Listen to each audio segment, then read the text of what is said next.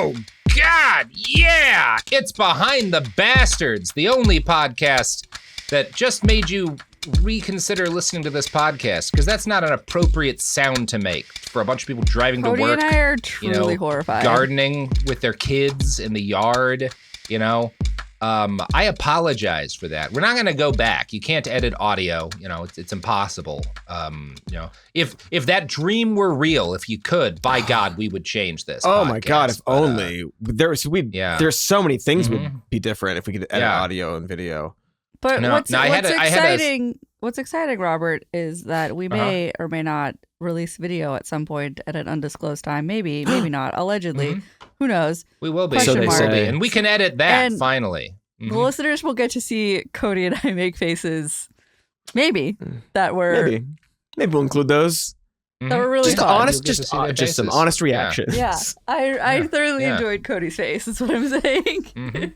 Yeah. Or maybe we'll all get to... No. I don't want to make any of those jokes. Let's move on. Cody... How are we feeling about Bobby Kennedy, you know, as we roll into part 2? Right now, he's not a bad guy. My feeling is that he never had a chance. Yeah, right. That is, the bastardry here is primarily, not because, again, he is basically admitted to sexually assaulting people. So I'm not trying to whitewash RFK Jr. either, but like the primary bastard of this story is the concept of the Kennedy dynasty and what it does to these kids. Yeah. Not good. Not good. Never had a chance.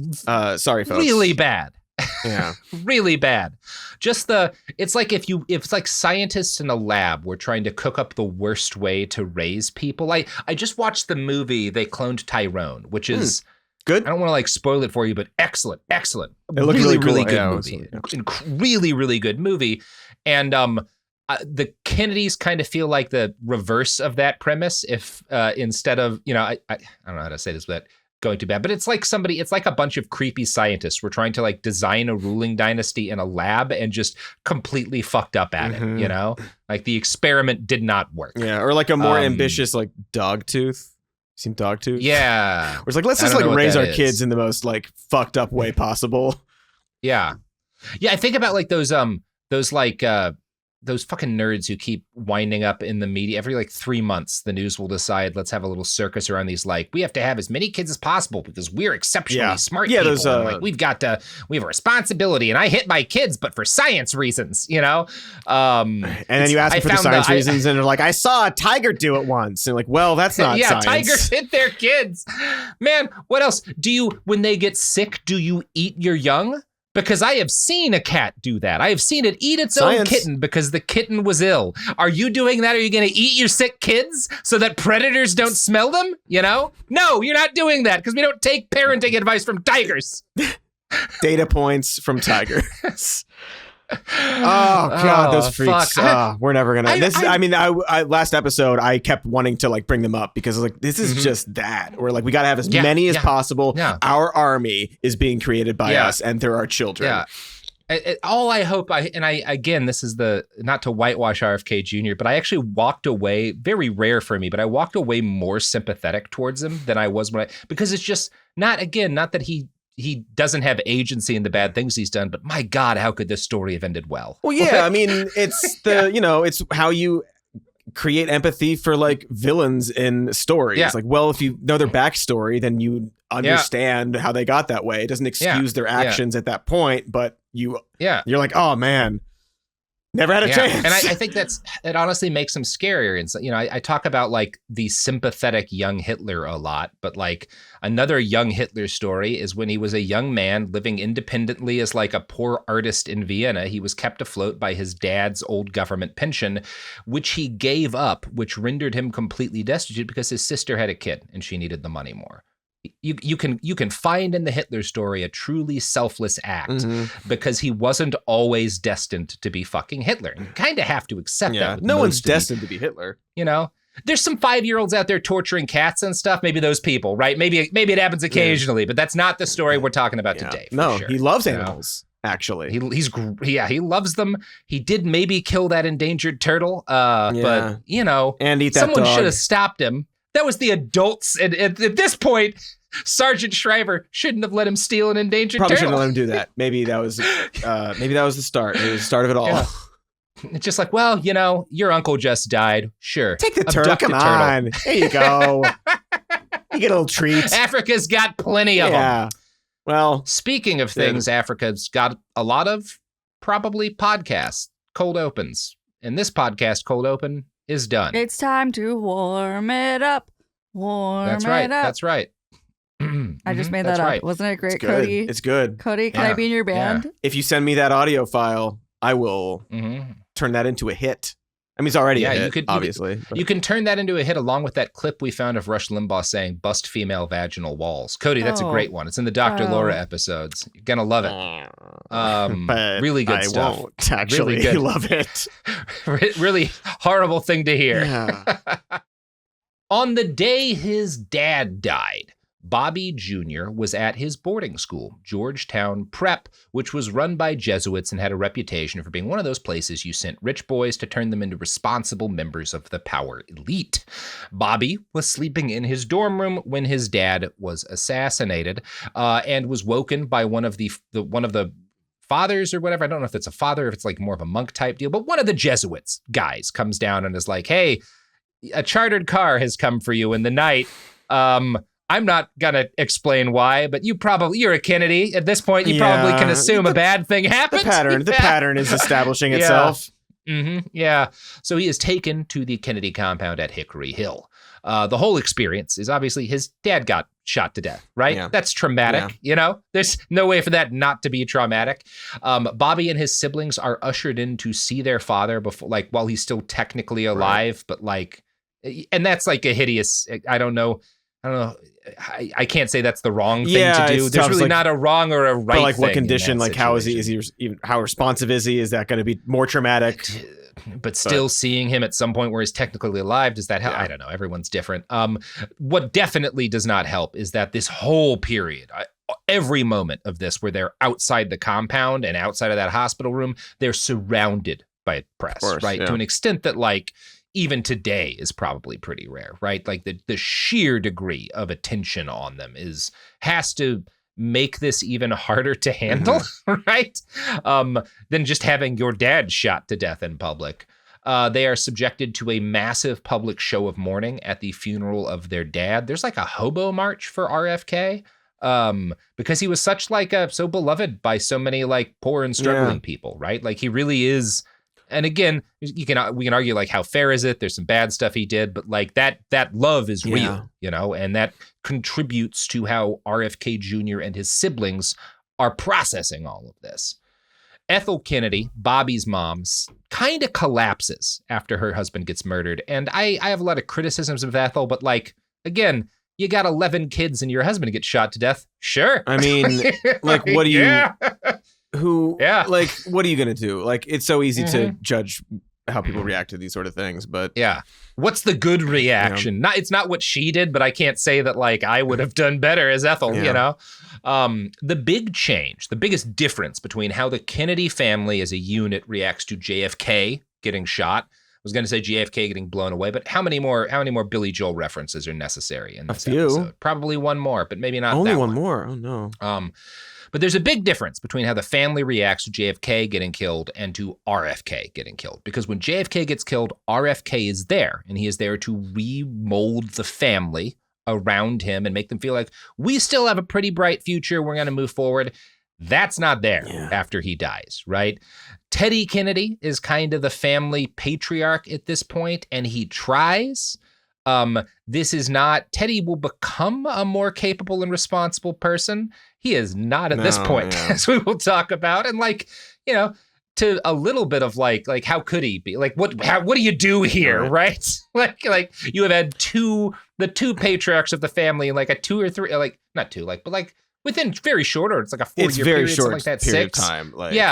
Assassinated. Right. Anyway, and at that point you're are we all going to get assassinated? What is... And if I'm Teddy, when I'm should we keep doing this? Right. Maybe we should reassess just enjoy being the family rich? plan. Yeah. What is this? Seems like this might have been a really bad plan. What are we doing? Yeah. One of the Kennedy cousins who's, in the compound of the family later recalled to Horowitz and Collier for their book, it was so different from Jack's death. There had been a coming together. Uncle Bobby had seen to that. In a strange way, we'd felt even more like Kennedys than ever, proud at what Jack had been, determined that our time would come again. But once Uncle Bobby died, there was just this sense of splitting apart. RFK Jr. was only an occasional presence at the Kennedy compound in Hickory Hill at that point. Ethel, one of the ways she reacts to RFK getting killed is she is kind of permanently angry at her sons, like forever. And in a way that's really hard to forgive, and that must have been devastating to them.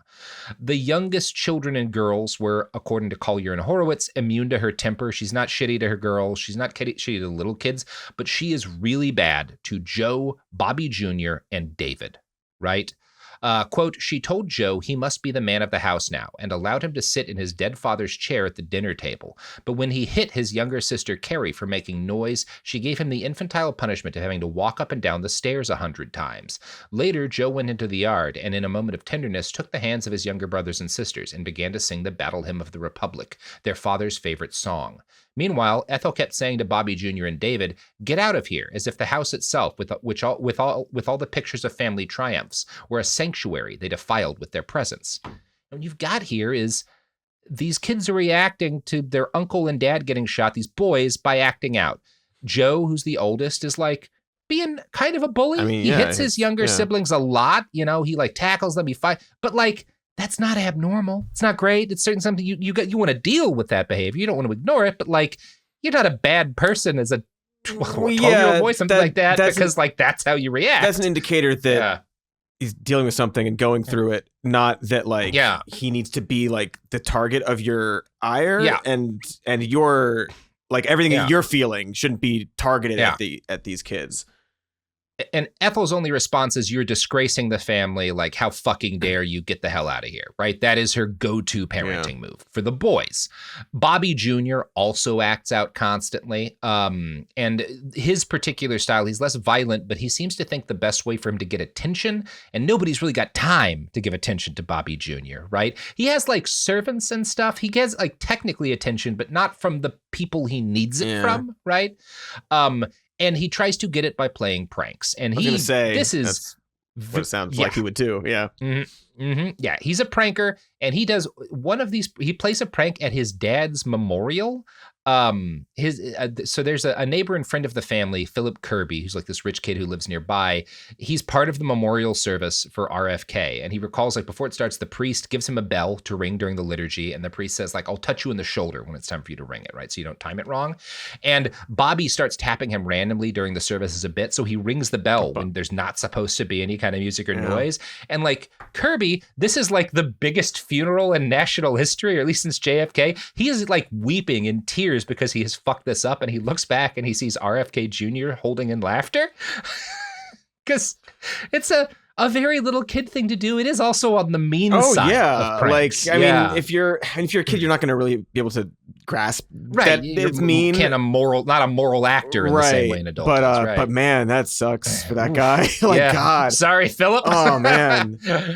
The pranks continued. A week after his dad's funeral, David Kennedy, the younger of this generation of Kennedy brothers, has a birthday. This is obviously a fragile time for everybody. The first birthday for one of RFK's sons after his death. Bobby Jr. decides the right thing to do is to poison everybody. And I'm gonna read a quote from biographer Jerry Oppenheimer here. Bobby had spiked everyone's milk with a laxative. Infuriated, his mother demanded, "Just leave home. Get out of my life." It's a choice. I mean, and like, things aren't going well. Look, that is wild.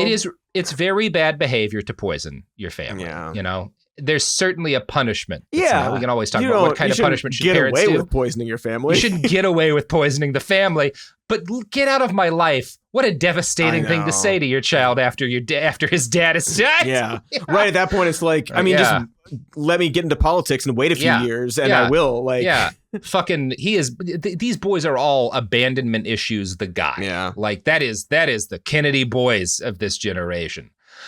Soon after, possibly to make up for the ruined party, Ethel flies the kids with Ted Kennedy, because again, he's around a lot. He's kind of sometimes trying to be a father. He is also very young. He's a party boy. He is not mature enough to be responsible. And like, really, it's kind of unreasonable to expect a man of that age to suddenly take on the duties of being the head of this family of kids who aren't yours, who belong to your murdered brother. That's a lot to ask of Ted, but he doesn't do a great job at it, right? He does seem to be trying very hard. Ethel takes them all on this chartered boat ride, right? And during this chartered boat trip, Ethel's mood swung wildly, and RFK Jr. is, as usual, pushing boundaries and fucking around with his siblings. Ethel grew furious at him and David and dragged them both below decks and beats them with a hairbrush. This is the first time something like this has happened. I don't think she had been physically violent with them before. It is a really like searing moment for RFK Jr. and for David. Yeah, they remember it. Of course they do.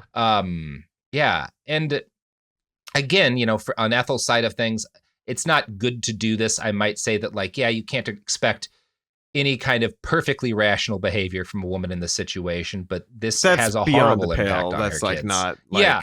Yeah, the beating, I think we've crossed the line. Is that so it was the first time. Was it the last time? Like, did it become a pattern after that? Or was this just I don't get the impression that she is a present enough parent for that to have been for there to have been many patterns at all, other than she repeatedly tells them to leave, get out of here, you're not welcome at home. That is the big pattern, is her saying, get out of here, you are no longer welcome at the family compound, you're no longer welcome. Like, Bobby's going to spend time like hiding out, like camping and hiding in like outbuildings and stuff because he's not supposed to be there. He spends a lot of his childhood just like living with other families who are kind of adjacent to the Kennedys. It's messed up, not right? Not gonna be good, Ethel only expresses more and more frustration with her kids after this. She exiles Bobby Jr. back to a private school, this time a new one, a place called Milbrook. And Milbrook is, you watched Arrested Development, right? Obviously you did. You know how like fucking Buster he went to that Milford school man. Supposed to, neither seen nor heard. Milford is a parody of Milbrook, right? It could, because this is the place where like, not just the sons of the rich and famous are sent, but it's the sons that are having problems, right? You send them there to get disciplined and to get like straightened out, right? One teacher described it as, quote, a place where the rich and famous would tuck their children away, right? So if you're wondering what that was a reference to, it's a reference to Milbrook. RFK Jr. is just one of what would become a long line of rich boys with behavioral problems whose parents didn't want to deal with them full time. And Milbrook is also located very near the mansion where Timothy Leary kept all of his acid and his friends on acid. And drugs are not hard to come by for Milbrook kids. And it's this unique situation of people don't really know about drugs. There's like a vague understanding of like maybe of marijuana, but even then that's not very visible. And like LSD is so fucking new. And so adults don't really know. They just notice like, wow, these kids are behaving really weird. And they don't really notice that like, Bobby Kennedy is just always fucking on drugs now. Like from this point forward, he is always on drugs, you know? And it's funny because it seems like at this point, mostly it's pot. Oppenheimer, because he's going to wind up addicted to heroin. Oppenheimer treats pot like heroin in his biography of Bobby, where he's like, and he was getting high every day. And I was like, he's like 15, you know? Like, I know a lot, like half of the people I know. I'm not saying you should. You shouldn't do drugs until you're older. Wait a little kids. bit. That's my brain opinion. Developed and stuff and all that. I would say 90+% of people who smoke pot when they're 16, 15, 17, like it's fine. You'll be okay. Yeah. You'll be okay. People generally are. Bobby is not, though. I will say that. But I don't know that I'm going to blame the drugs. I think the drugs are more a symptom of this kid's disastrous early life. Being a Kennedy and having just lost his dad, none of the adults at Milbrook seem to have known how to handle him. Like, how do we discipline this kid? We're kind of now marketing a lot on the fact that a Kennedy goes here. It's kind of a selling point to other rich families. So like, he kind of comes and goes as he pleases, and he spends most of his free time getting fucked up or hunting small animals with his hawk, Morgan Le Fay. His primary hobby is taking acid and going hawking. That's like hunting with his hawk. So he got to bring his hawk. He does get to bring his hawk. His hawk is with him all the time. It is always in the room. People who live with him as like roommates at these boarding schools say that there are just bird shitting everywhere all the time. Like if you are living with Bobby Kennedy, there is bird shit everywhere constantly because he is never far from his fucking birds. Guy. He loves his hawk. Guy. During this period of time, there is one adult who is a consistent presence in RFK Jr.'s life, and it's a guy named Lem Billings. And we will talk about old Lem. But first, Cody, speaking of Billings, get your billings from the companies that support our podcast by sending them your money. Yeah, I'm getting my money out right now. Yeah, lim those billings on over to them, you know? Lim them out. Limit to win it. Anyway, we're done. Here's that. I'm back. So, Lem Billings was a former New York ad executive who had been very deep friends. He's like JFK's oldest friend, and like so close that Joe Kennedy, who is not like the most emotional man in the world, considers Lem basically part of the family, right? He has a house, or he has a room at the Kennedy compound, right? He's that close with the family. Yeah. And he is also gay. He is in love with JFK. There are a lot of rumors that swirl around whether or not they had any kind of physical relationship. I don't actually think there's any evidence of it. It seems like the kind of thing that was not uncommon with a lot of particularly very prominent gay men back then were like, I am in love with this person, and my love takes the form, since there's no kind of relationship that's possible. Maybe, you know, obviously they're probably not actually interested in reciprocating it that way. But I become basically like their closest confidant. I'm always watching out for them. I'm the guy who is like, right. Constant and he's obviously companion, my buddy companion. Yeah. There's a movie I like to talk about a lot, If ... which is the first Malcolm McDowell movie, and not the Imaginary Friends movie from the Twisted Mind of John Krasinski. No, that's called If as well. That's also called If. Much worse movie. This If is an absolutely like incredible piece of cinema that everyone should watch. It is about a British boarding school. It's one of my favorite films. And McDowell has said later that like, we didn't, of the director, I didn't know at the time that he was gay, but now I can see that he was, and his way of like kind of making love to me was the way that he shot me, right? When he was filming me, you know? I think about that when I think of Lem Billings, right? Yeah. Where you just have this like intense like attraction and admiration, but like you can't express it in the way you want to, so you find more like socially acceptable ways to do that. Exactly. And that's kind of Lem. And Lem is obviously absolutely shattered by the JFK assassination, right? Like this destroys him as a person. He starts drinking heavily. He's never a really functional adult, right? After this point. Now, depending on who you read, opinions on Lem vary. Jerry Oppenheimer, who published the 2015 biography of RFK Jr., is incredibly homophobic. And I kept waiting for there to be like some evidence that Lem had abused RFK Jr. or done something really bad, but like he really just seems to want us to be shocked by the fact that Lem was gay and see that as inherently sinister. He also alleges that Lem enabled Bobby's drug use. From what I have read in other sources, I kind of think it was the opposite. Lem is never fully functional after JFK dies. He becomes an alcoholic, and when RFK Jr. starts doing drugs, Lem, as the adult in the situation, doesn't stop him, and he should have, does not attempt to limit his access to drugs at all, but he starts doing them, and I don't think he's pushing RFK Jr. I think he is just like, yeah, sure, why the fuck not, right? Now, the fact that Lem is gay and in love with JFK, shouldn't be totally dismissed, though. Not because he abused Bobby, but because I think he may have put added pressure on him to follow his Uncle Jack. There's an allegation that I think probably does have legs that he is kind of trying to groom Bobby into being like JFK. And kind of for a sweet reason of he wants his dead best friend back. You know, like it's a very like a clone, like the cloning things. Like I just want this guy to exist again. Yeah. It's a very sad story, but not one that I don't see Lem as like a villain. Now, obviously, he's not the best influence to be the one adult in Bobby's life. Yeah, this seems unhealthy at best. Yeah, but it's unhealthy because everyone is just caught in this fucking poison matrix that is the Kennedy family legacy, right? In the book After Camelot, Bobby told author J. Randy Taraborelli, quote, "In many ways, Lem was a father to me, and he was the best friend I will ever have."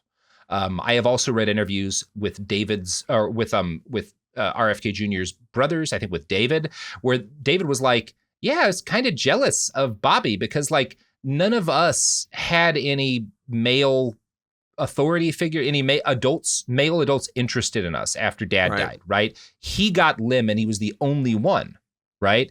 And that's kind of as opposed to what Oppenheimer said of him being the sinister force that like, well, at least RFK Jr. had somebody, right? Whether it's a role model or just some sort of guardian, some sort of guidance, sort of, Yeah.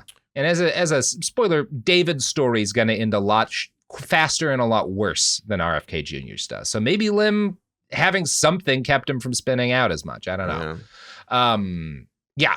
That said, it is beyond arguing that Lem is not what most people would call a responsible guardian. That said, any kind of normal childhood for Bobby was completely off the table at this point. Lem, after RFK dies, he's on safari when JFK dies, and after RFK gets killed, Lem takes him on a sorry your dad died safari. Maybe we'll get you another turtle, who knows? Yeah, get you another turtle. I've spent my time expressing issues with Oppenheimer's biography, but I do think his description of this trip, this second death safari, conveys how damned weird it was. With professional 35mm cameras, Bobby and Billings documented their African adventure, which also included a rafting trip to Egypt's Valley of the Kings, and oddly, a VIP visit to a nightclub to watch the gyrations of a bevy of belly dancers, hosted by members of the Egyptian Supreme Court, an evening of salacious interest more to the hormonal adolescent than to his gay and middle-aged chaperone. The safari photos became quite lucrative because at that time, in the wake of the latest Kennedy tragedy, anything a Camelot heir did became front-page media fodder. Aware of the demand, Billings brokered a deal with Life magazine for an interview about their adventure and for the photos. The questionable story was put out that young Bobby wanted to use the money to build a memorial to his father in the Serengeti National Park.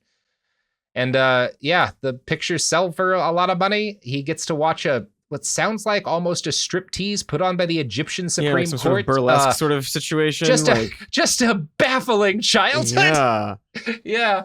If you've met members of the Egyptian Supreme Court, you have an odd childhood. It's like this weird, like Westerosi sort of like trip celebration morning like thing. It's yeah. It is very Game of Thrones in a lot of ways, right? So when they get back home from this very strange safari, Bobby continues doing shitloads of drugs and, most consequentially, introducing his brothers to drugs. And he does not limit himself to just dosing them. One of the people who sold acid to Bobby was a neighbor kid, John Kelly, who recalled that Bobby fed doses of acid to his parakeet. He soon expanded to other drugs like mescaline, which he pushed his younger brother David to try. David was scared. David did not want to experiment with drugs, with psychedelics. You know, he certainly wasn't ready as soon as Bobby was, but Bobby basically like bullies him kind of until he takes a shitload of mescaline. And David is a young boy, too young to be doing shitloads of mescaline, who has lost his dad and is traumatized, and that can make a trip knock. He has a bad time of it, right? And Kelly recalls that Bobby's instinct seems to be to fuck with his younger brother, right? When David hallucinates that Bobby's laying like or standing up against like a bush or something, and there's leaves pressing against him. And David hallucinates that the leaves are sharp, and he's like, "Bobby, get away, they'll cut you." And Bobby laughs and he plunges into the leaves and then pretends he's been impaled and fakes his own death. And this prompts David to cry, "You're dying, just like Daddy." Oh, God. Oh, boy. Oh, God. Oh, no. That's so bad. Ooh. Oh, Bobby. That's like so bad. Like being on that drug and he thought that was really happening. Mm-hmm. Oh, that's and guess which Kennedy is gonna wind up dying of a drug overdose. Such a fucked up prank, man. Yeah, ding ding David. Yeah, God. Real bad stuff. Very bad behavior. To like Don't do lean that into like and to pretend that you are like not especially just like after your dad go gets to the leaves, assassinated. but like to pretend that it. Oh my God, it's so fucked up. Yeah. One of the weird things, you know how America has kind of processed 9/11 eventually by making a shitload of 9/11 jokes? Yeah. Bobby and his generation of Kennedys processed the assassinations by making a lot of dead Kennedy jokes. Like even more than the band The Dead Kennedys did. I don't know if they actually ever made jokes about it, or it's just the name of the band. Anyway, the closest the Kennedys had to an heir apparent was Ted Kennedy, who is a senator, who becomes a senator and is, somebody people do still think, in the wake of RFK's death, hey, he could be the president. Sure. He's pretty good looking, smart. He's obviously starting to have success in politics. But within a year of RFK's demise, Ted is involved in the infamous Chappaquiddick incident, which fucking Republicans would not stop talking about. And it is a pretty bad situation. He is probably drunk. He drives off of a bridge. He abandons the crash afterwards, and he abandons his 28-year-old passenger, Mary Jo Kopechne, who drowns, right? The best case scenario is that Ted is so drunk that he's not really aware of what he's doing. I guess some people will argue it was just an accident, but he leaves afterwards and he like goes to sleep, and it's bad. He does a bad thing here. It's not. I will say. Yeah. Now, this is, again, like, I don't know how you want to, we're not going to dissect fucking Chappaquiddick. God, you can find so much of that if you really want to. What matters to us today is that it more or less punctures Ted's shot at the presidency, right? That is not really going to be in the cards. You kind of took the steam out of that. Now, you could argue, and I think this is the strongest argument, that he is probably the best politician in terms of technical skill of any of his generation of the Kennedys, right? Some of this is just because he's alive long enough to really have a full political career. But he's a very influential man in Congress. He winds up being kind of like arguably the most influential Democrat in Congress for a significant period of time. And that's, a lot for a family, for most people, but that is a far cry from the vision Joe Kennedy had for his family, and even further from the rosy image of Camelot perpetuated in the public memory. Talk about a Kennedy curse had been a thing for about as long as anyone in the family could remember. But once RFK died, it went from something that had been kind of a half-joke sort of deal to something the upcoming generation felt deep within their bones as destiny. Even Joe Kennedy, the man whose ambition had started this all, seemed to feel a sense of woe at what he now saw coming for his grandchildren. Chris Lawford, JFK's nephew, later claimed, "Sometimes Grandpa would look at us as if he wanted to say something. His mouth would move sort of convulsively, as if some words were trying to get out. Then this cloudy look would come over his eyes, and he'd slouch down into his wheelchair, and the attendant would wheel him off." And that in that biography, maybe it was just he was stroking out. I mean, there's communicate a lot of the way he used to. Maybe it's that he's like, maybe he regretted I may have led my entire family to calamity. Yeah. Sorry for the pressure that. Yes. I created for you that led to all of this. All of these terrible things. And he lives, it's one of those things like, I don't know if Joe Kennedy made a deal with the devil or some sort of like House of Usher-ass cosmic evil, right? To have his success and then have it all ripped away when his children die at the last moment of his life. But that's kind of what happens, right? He lives long enough to see Chappaquiddick and then he fucking drops right after that, Yeah, he made some sort of deal and it led to the curse. And it led to the curse. Part of it was you gotta watch some of it, but then you're done. And he made some good calls, making Mark Hamill the family lawyer. Great move. It's House of Usher. Good show. Watch it. Oh my God, it's an incredible Mark Hamill performance. Yeah, really, really good show. Really good show. Everyone else is playing essentially like a Poe character, and Mark Hamill is playing like a Lovecraft protagonist. Okay. It's quite good. It's quite good. All right. Okay. Yeah. I enjoyed it a lot. So I will say, you've got that one picture from the Collier and Horowitz book where, Grandpa maybe started to regret some of his decisions. In his biography of RFK Jr., Oppenheimer also talks to a significant number of people who are around the family and in the family at this point, paints a darker picture of what Joe mostly tried to pass on to his grandchildren. His twin family mantras were Kennedys don't cry and Kennedys don't complain, which is whatever else, not going to help you process everything that's happened. If Kennedys do die, you might want those other two things to actually work through that. They might need to cry. They need to cry a little bit. Maybe some complaints are warranted. Maybe. Yeah. But he does live long enough to see his blessings turn into curses. His three most prominent sons dead, because Joe died a while ago. His remaining son disgraced, and the vast entitled brood that he had helped create turned into a dynasty, hurtling inevitably towards doom when he finally passed on November 18th, 1969. Bobby, by this point, seemed to show less inclination to follow his dad into politics and decidedly more of a bent to being we might call like a mild gangster, like a kind of adorable child gangster, because he has, in this period, formed a street gang. Focused around it is a street gang made up entirely of Kennedys and their friends who are also very rich kids from this incredibly rich neighborhood where the family compound is located. They call themselves the Hyannis Port Terrors. The HPTs, as we'll call them. Yeah. The assumptions. So Bobby Kennedy's got a street gang, and initially it's just his older brother Joe, who's 17. He's 15, and his brother David, who's 14. But a bunch of cousins and neighbors join in, and they'll all dress in black, and they'll paint their faces with grease. And first off, you know what? Kudos, guys, to being rich white kids who paint your faces with grease and aren't doing blackface. They were just trying to hide in the night as they did petty vandalism. That, woo! We dodged. Kennedy families isn't great at dodging bullets, but they did dodge one. Yeah, thank goodness for that difference in motivation to cover your face with grease. Yeah. God. Their motivation is they're doing I imagine petty some of them were also mild. doing it. They might have been. A little treat for them, a little extra, Look, little bonus. I can't prove they weren't. Yeah, exactly. I can't prove a little Justin Trudeau energy wasn't present there, right? Some of them, surely. Just a skosh, a drop of it, a dollop. Statistically.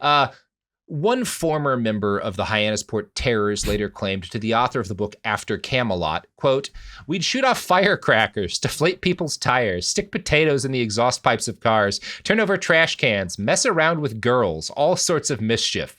After we did our bit, Ethel would get called." I don't know what mess around with girls means in this context. In the context of vandalism and violence, they could be making out with them. They could be stealing their underwear. There's a mess lot around with, yeah. A lot of room for that to be ugly. An odd item to include on that list of your gang activities. If I'm the After Camelot author, I'm immediately being like, wait a second. Let's talk about the messing around part. just a few more words about that. A little bit of context. I'm going to continue the quote from this terror member. "After we did our bit, Ethel would get calls from everyone in town complaining about it. At first, she used to say, 'My kids were home asleep last night. I don't know what you're talking about.' But one night, she waited up, and sure enough, she caught me, Bobby, and David jumping out of one of the second-floor windows of her home. She chased us all over the compound in the middle of the night in her nightgown and bare feet, finally losing us somewhere on the stretch of beach." Now, one of the real through lines in all these Kennedy kid stories is that the adults have very little power in these relationships. And it's not because they're afraid to discipline their kids. Sometimes when they're around, they discipline them very severely. It's that they're just not there, right? And they're not there in large part because they have all of these as the Kennedys. They've got this constant web of social, political, business fundraisers, all sorts of shit that they have to do because of who their family is. And they're also on vacation a lot. They're traveling. They don't always want their kids around, and they're able to not have their kids around, right? Half of the brood are away at boarding schools at any given time. And the kids at boarding schools have access to money and thus drugs, but not any real supervision.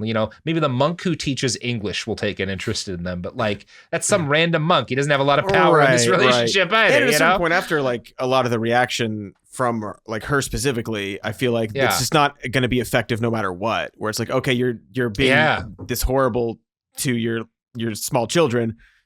We don't really care for that approval or have that sense of oh, we don't want to upset the adults. Right. Yeah. Fuck them. Now, another constant through line is, as I mentioned earlier, this sense of gallows humor that pervades the kids as a result of the cloud of death that seemed to hang over their family. And I think the most telling passage from this period comes from, I'm going to read a passage from the book After Camelot describing this. "One prank had the boys playing in busy Hyannisport tourist traffic, only to have one kid fall to the ground while another smacked the back of a car, making a loud noise. Then they would all gather around their fallen chum and shout hysterical sentiments at the driver, such as, 'You've just killed another Kennedy.'" That's... When panicked people came to the aid of the young Kennedy sprawled in the middle of the road, the boys would milk it for all it was worth by trying to get the boy to move his legs, and then saying it looked as if he'd been paralyzed. But then the fallen Kennedy would suddenly stand up and walk away. At that, the other boys would proclaim, "Look, it's a Kennedy miracle," and then race off. God. I gotta say, that kind of rules. That's exactly what you would do if you were a kid and a Kennedy and all that stuff. Right, of course. You killed another Kennedy is such a funny thing for a kid to It's pretend, incredibly funny. It's amazingly funny. Horrific thing, the acid trip. what Bobby did. Horrific. Yeah. That's funny. Yeah.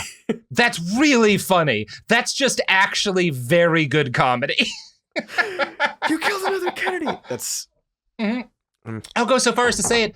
That might actually even be example of like healthy processing of all of this, right? Borderline, you're taking to some extent, you're taking some ownership of this terrible thing that happened to your family, right? And maybe that does help. And you're also taking you're also like very aware of like the world's like eyes on you and opinion of it. And you're kind of taking agency as opposed to just being subjected to it. You're taking agency on it and like using it for your own entertainment. Laughter. Yeah, exactly. I kind of see it as the healthiest thing that anyone has done in this story. In this story, it's not the least healthy. It's definitely not towards the top in this story of like healthy reactions. Yeah. And again, just very good comedy. It's a Kennedy miracle. That's funny it's a too. Kennedy miracle. That's a good line. Back at Milbrook, Bobby cultivated a, by this point, probably understandable reputation for being out of control and very odd. Like any kid, he had folks who got along with him and people who thought he was a dick. You can find people being like, yeah, he was like the bully of the school. You can find people being like, yeah, he was like kind of a chill dude. He was a little bit of a loner, an outsider.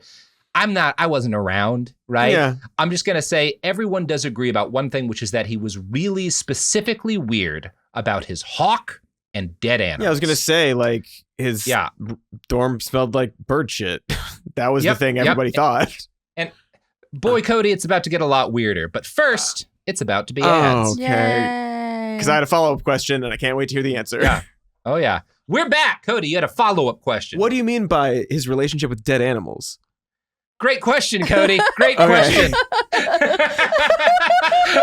So let's go back to the undeniable reality that, I don't know, like a month or two, time flat circle right now, but it became public knowledge that RFK Jr., serious third-party presidential candidate with like a possibly historic chunk of the vote, certainly looked like that at that point in the election, had part of his brain eaten by a worm that got in there, presumably for some weird meat he ate, and then died after eating part of his brain, right? That's the claim. That's the claim. And the claim came out during divorce proceedings, right? This is part of RFK trying to basically argue his alimony should be amended in light of his disability, right? And as a result of that aspect of it, I have seen people doubting, was he just lying? You know, maybe there was no worm, he was bullshitting. And I'm going to say this, a survey of his childhood makes me feel, that brain worm was probably real. And this is the story that we're about to tell that makes me feel that way. So as an adult, one of the sources we have on Bobby's life is this book called The River Keepers, which he co-writes, I think, and it's related to, he works for an environmental charity called The River Keepers. And his book on that includes a deeply sanitized and kind of short version of his own backstory. And one of the things he talks about is his time at Milbrook that he spent with what he calls an informal falconry program. And this is the very sanitized version of how his falconry at Milbrook went. In the autumn, we captured and trained kestrels, redtails, and immature passage hawks on their first migration. I've caught upwards of 50 hawks a day, squatting atop a ridge line on Schunemunk Mountain in the Hudson Valley in autumn. We flew wild redtails, falcons, and goshawks, and pioneered many of the game hawking techniques still used by American falconers. We talked about hawks every spare moment. Okay. So maybe that's all true. It can coexist with what I'm about to read next, but Jerry Oppenheimer, biographer, talks to one of Bobby's child falconry buddies who describes him very differently and in a much less camera-friendly manner. Milbrook's, and this is his falconry buddy talking years later. Milbrook's motto was non sibi sed cuntsis, Latin for not for oneself, but for all. Everyone had to participate in required community service, whether it be working in the school post office, washing dishes, performing grounds maintenance, or handling the zoo's inhabitants. Bobby had chosen the latter, but the way he described his falcon and birding interest in his book was not the way Beauregard, who is that's the kid telling the story, who later went on to teach ornithology at the University of North Carolina, remembered. To Beauregard, who was one of the leaders out of the falconry group at Milbrook, Bobby's pursuit of the sport was more like a scene out out of a horror movie. Myself and a couple of others had our hawks, and we'd go out in the countryside hunting rabbits and squirrels.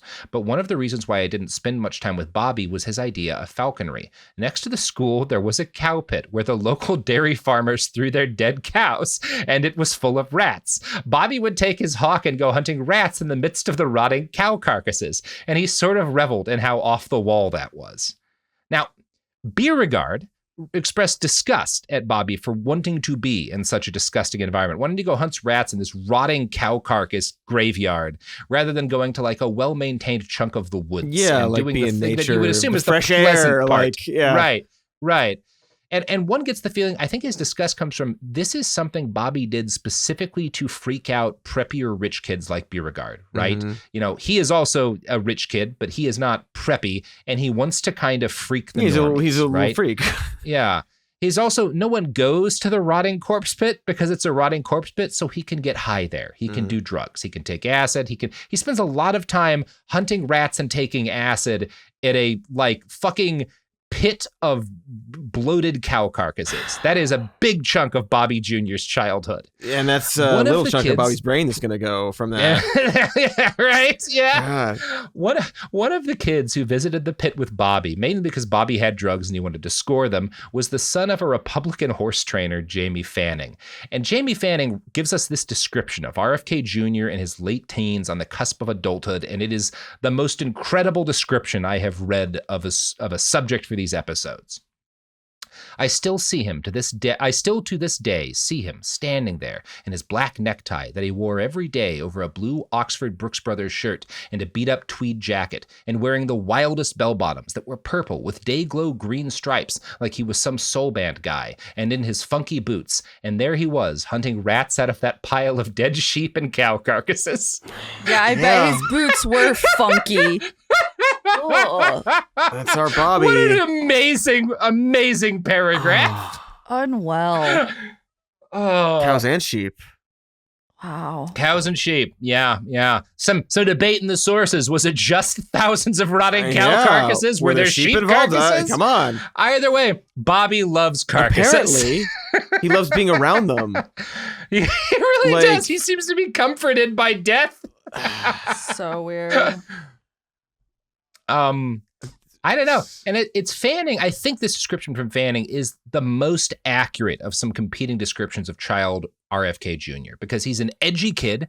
He has been traumatized by some seriously dark shit. He has a deranged and unhealthy family life. He's got infinite money, but only one adult who cares about him, and that adult is not doing it in the healthiest way. And he develops this edge. Maybe part of it is just like surrounding yourself with death, kind of like in the sense that maybe a goth would later because there's been so much in your life, but also some of it's freaking out people is maybe the only way you know to get attention, right? Yeah, attention and keep people at a distance and Yeah. And Fanning would continue, he was such an edgy kid that thing, the cow carcasses thing, as bizarre as it was to be over there hunting these rats out of this pile of dead carcasses, was almost normal for him. It was a pretty dark, grim time. He was miserable and he was angry. It only got worse with the drugs. And most of the sources we have on early RFK life are self-serving in some nature, right? Everybody's got an agenda. These are the Kennedys, but I think Fanning has probably got it right. Yeah. That just feels like a person to me. Yeah, you know? like an actual human being who's dealt with all these things we've talked about, and like the little stories of him growing up, and like, you know, like being a little fucker, right? Like he's a little piece of shit, he's a little fucking asshole, trying to cause trouble, and then gets darker and darker, and his humor is gonna get darker and darker. His like environment, he's gonna want to be that. I don't know, and the brainworm. And the brainworm doesn't help. Now, heroin, what else doesn't help Cody, is heroin, which makes its way into his drug rotation. And look, we can talk about the potential benefits of psychedelics. I don't know anybody who's like improved their life problems, unless those problems are just, I am dying of horrible pain with heroin. That's really the one thing it's good There's for. Like, you know? I took mushrooms, and like, I mean, I saw something today or yesterday of like 80% of people take mushrooms, like they can quit smoking easily. Yeah. And it's literally just because they're like, that's stupid. Like they have the thought of like, I shouldn't do that. It has the potential. Yeah, it has the intense potential. Yeah, like, oh, I took mushrooms, I stopped smoking. It's like, oh, I took heroin, I stopped smoking because I died. Or like only... I mean, heroin will help you in, again, it's great as a painkiller, but that's only useful in certain situations. And heroin is something you save to the end. It's great as a painkiller, but it works very well as an emotional painkiller, but not in a way that helps the problem. Right? If you had your leg blown off by a mine, some heroin might be the right thing for you in the moment, right? That's probably real good to get some heroin in there. If you are mourning your dad and your uncle and the collapse of your family and all of the pressure you're under, the fact that your mom doesn't love you, heroin's probably not going to help. Yeah, the spotlight and like all the everything. Now, that said, despite the fact that he is now heroin is in the mix, it's pot that's going to get Bobby in his first real trouble. He was arrested for the first time in Barnesdale, Massachusetts for marijuana possession at age 16. Now, one of the fun parts of the RFK Jr. story is that he always has this endearingly tense relationship with the cops. I don't think he likes the police, at least not as a young man. One story Oppenheimer tells is of RFK Jr. and the terrors. They're sticking potatoes into gas pipes one night and they get caught by a cop and everyone runs away. And the only one who can't escape is Bobby Shriver, who is his cousin. Bobby Jr., this is kind of something in his favor, even though he's escaped, goes back to confront the cop to try and rescue his cousin, which does say something about him. And here's how Oppenheimer describes it. Seeing that his cousin was in the clutches of a policeman, Bobby defiantly reappeared from his hiding place and sauntered up to them. "What have you got in there?" the policeman asked, noting that Bobby had his hand inside his coat. "I have a hawk and he's trained to kill cops," Bobby answered.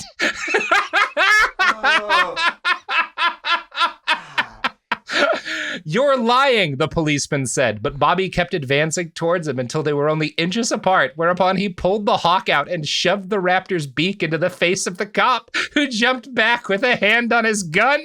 "I have a hawk and he's trained to kill cops." I swear, like... That's really cool. He still got some bangers, like, despite it all. My favorite part of the cop... You're lying. You're lying. It's like, you want to find out, my guy? Man, what? And it's such only someone who has grown up in that degree of privilege who would, like, in that situation with a cop, shove a hawk in their face. It's so... And, bold. More power to you, buddy. You're the only guy who's ever been in that situation. Yeah. And I'm glad you did it. You might not be the only guy who's ever shouted, like, I've got a hawk. Yeah. But you're the one that did. You're the only one who did and lived, right? Maybe there's a dead hawker out there. Wow. What a tale. Thank you for that. Anyway, Bobby's arrest was big news. The media circus lights up around it, yada, yada, yada. And he and his cousin, he's arrested with Bobby Shriver for pot possession. This is different from the hawk thing. They go before a juvenile court judge and they get a slap on the wrist, right? They get a punishment. It's not all that serious. The worst thing about it is the media thing around it. And Bobby had actually been expelled from Milbrook a few weeks earlier because of his drug use, because the leadership at the school was really mostly worried that he was going to OD on the property. And they were like, what's not going to be good for this school continuing to have dead people Kennedy. Enroll here is a fucking dead Kennedy. Like, get him out of here, right? And after he gets arrested, they start to claim basically he got kicked out of the school because of that, right? Because they don't want to say we did it for this reason, right? Nobody really wants to. It's best if it kind of comes down to being part of the arrest. The family backlash against Bobby is intense and utterly impotent at the same time. Ethel told her son, "I'm throwing you out of the family." But no effort was made to stop Bobby, who is at this point 16 years old, from taking $600 out of his savings account, buying a used Ford Falcon, and driving across the country with two friends. He sells the car when they get to Fresno, and he and one friend continue on, hopping trains and living with homeless people until they wash up in Texas. For months, Bobby Kennedy is completely out of touch with any adult, but occasionally Lem Billings. And Bobby would later recall this as one of the happiest times of his youth. Quote, "I was riding around with bums. It was good. I could be one of them and not a Kennedy." Aww. And like, if you want an idea of how toxic being a Kennedy is, his fondest childhood memory is being homeless. Yeah. Like willingly homeless, on the run, right? yeah, basically. But like, hiding. because we're all equally filthy, you know, at this point. You know, we're not bathing, we're not changing our clothes. Like, we look the same that they do, and they just kind of treat me as one of them. Nobody knows who I am. Yeah, it says a lot. I mean, about again, didn't have a chance. Mm-hmm. Yeah. Never had a chance.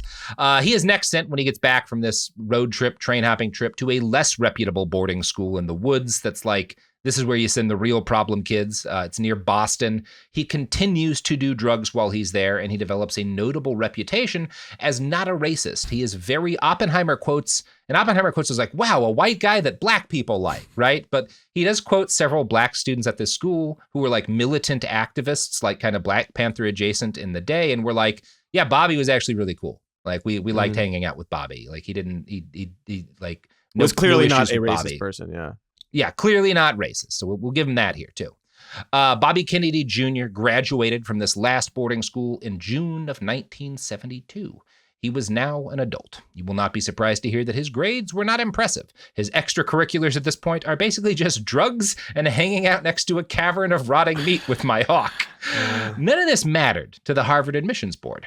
RFK Jr. was a legacy. His family had money, and hey, with a Kennedy, you never know. They could wind up congressman or president, so you might as well get that Harvard stank on him, right? Sure. And that's where Bobby's going to spend the mid-70s, studying and getting real into heroin. And we will talk about that in part 3. But for now, for this week, Cody, we're done with RFK Jr. How are you feeling? Where are we on the boy at this point? You know, still some mixed in the sense that, like, sorry, Bobby. Sorry. I get it. Yeah. But you got to get it together also. The rotting meat thing is so, like, gross. Yeah, I'm just like, I'm very curious about where that thread leads, because you don't stop there. Like, that's not like probably the most fucked up thing you're gonna be doing in relation to dead animal carcasses. I don't know. I'm gonna think about the hawk a lot.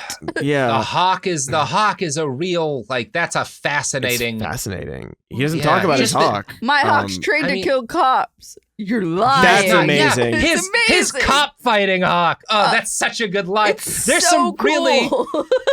he definitely had at one point, maybe he's lost it now, but he had at one point some of that Kennedy charisma, because that and the whole you've just killed a Kennedy is so good. It's a Kennedy miracle.